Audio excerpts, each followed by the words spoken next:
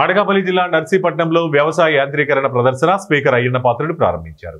Narsipatnam market committee ఆవరణంలో వ్యవసాయ ఆధునిక యాంత్రీకరణ ప్రదర్శనకు స్పీకర్ చింతకాయల అయ్యన్న పాత్రుడు, ఆయన సతీమణి కౌన్సిలర్ చింతకాయల పద్మావతి ప్రారంభించారు. ఈ సందర్భంగా వివిధ కంపెనీలు ఏర్పాటు చేసిన వ్యవసాయ యంత్రాలను పరిశీలించారు. మినీ ట్రాక్టర్ను స్వయంగా నడిపి దాని పనితీరును అడిగి తెలుసుకున్నారు.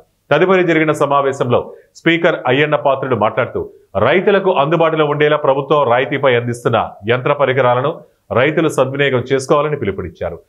వ్యవసాయానికి అంతా ప్రాధాన్యత ఇవ్వాలని, వచ్చే ఏడాదికి నర్సీపట్నం నియోజకవర్గాన్ని రాష్ట్రంలో వ్యవసాయ రంగంలో ప్రథమ స్థానానికి తీసుకెళ్లే లక్ష్యంతో కృషి చేస్తున్నామని పేర్కొన్నారు.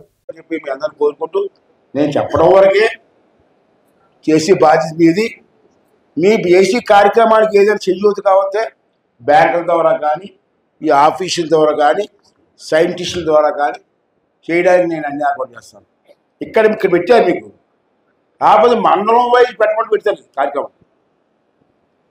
మీకు చెప్పండి, కావాలంటే మండలం వైజ్ కూడా పెడతాను. ఈ మండలంలో రైతులందరూ కూర్చొని అక్కడ ఈ మిషన్ ఎలా వాడాలా, కటింగ్ ఎలా చేయాలా, విత్తనం ఎలా కావాలంటే నేను